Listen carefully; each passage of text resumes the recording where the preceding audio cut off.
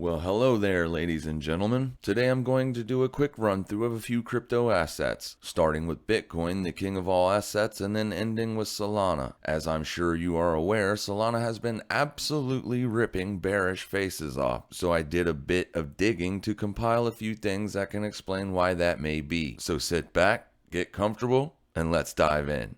If you are new, welcome. If not, welcome back. Bitcoin was looking great coming into this week. Nice bullish weekly close last week above the 618 retracement of the main decline back in April, and that is what I wanted to see. But since I know traps exist, I was waiting for Bitcoin to show me that the buyers were indeed going to buy the pullback. However, on Tuesday we had a 20% decline in the span of one day, putting a low in at $42,000 on the Kraken data feed, and Coinbase's exchange seen a low of $42,830.77. Always remember, traps exist, and that is exactly what we got. A nice big bull trap. For any new rookies out there, a bull trap is when you get a strong close above resistance. That lures bulls into thinking they are seeing a breakout for more bullish continuation, but it instead reverses, causing them to be stuck in their positions. This can also turn into something called a squeeze, and vice versa for the bear trap. Bears are looking for support to break, and when it does, they impatiently start to short or sell, and then the bullish reversal happens.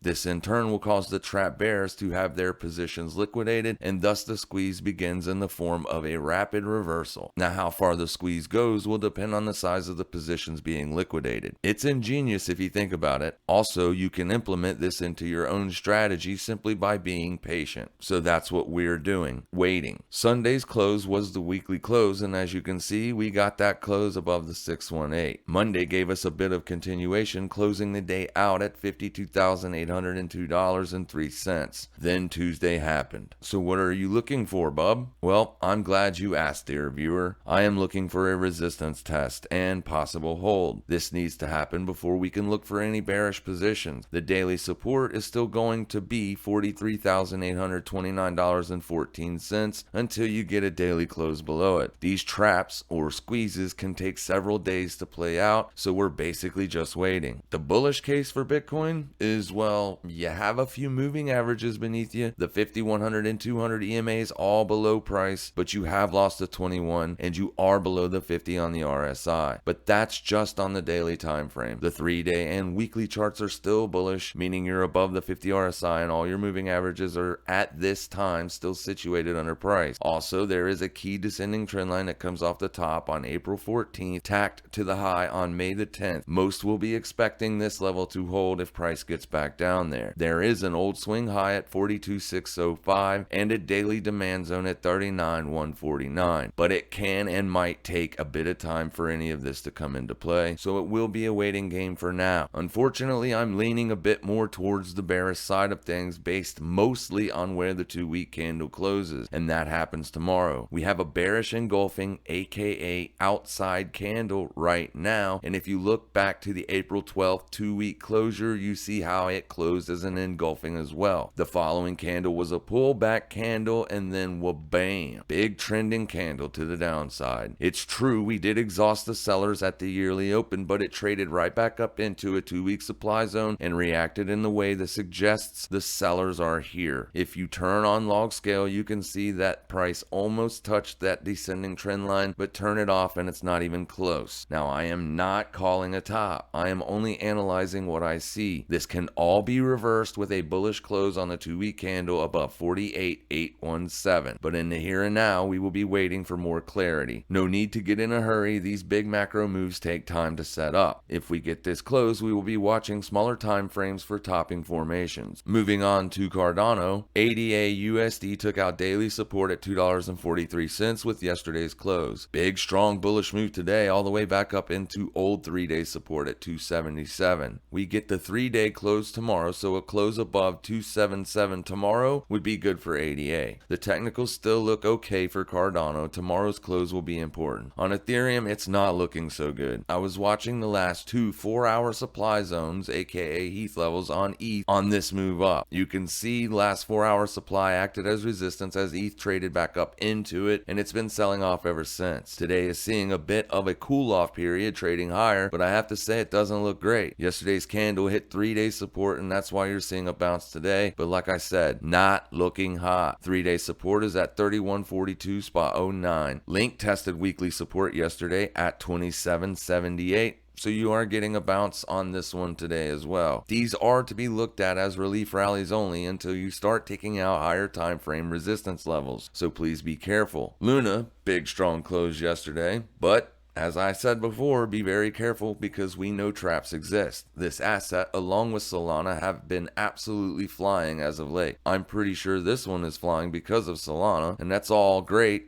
But the sell-off we seen the other day, even though it was bought back up, we have to keep that in mind. If Bitcoin goes, this will likely do the same. Technical levels to watch on Luna, well, since it's trading at all-time highs, there aren't many.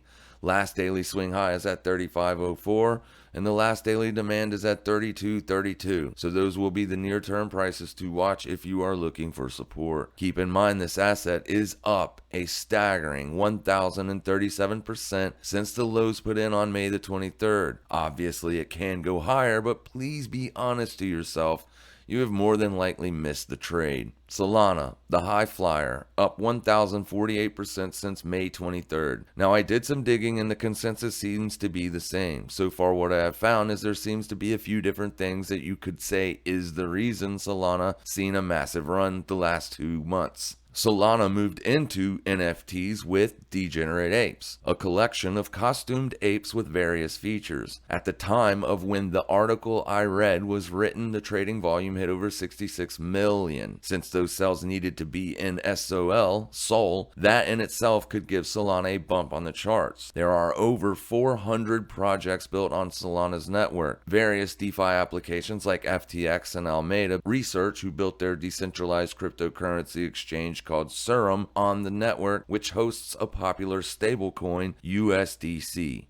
Also, Audius, ticker symbol AUDIO, uses the platform too. And TikTok chose Audius as its streaming partner early last month. Another reason, people are looking for alternatives to Ethereum because of its congestion and high gas fees. And finally, it's fast. Ethereum processes 15 to 45 transactions per second, where Solana claims it can do up to 50,000 transactions per second. So all of those are very bullish things going on for Solana.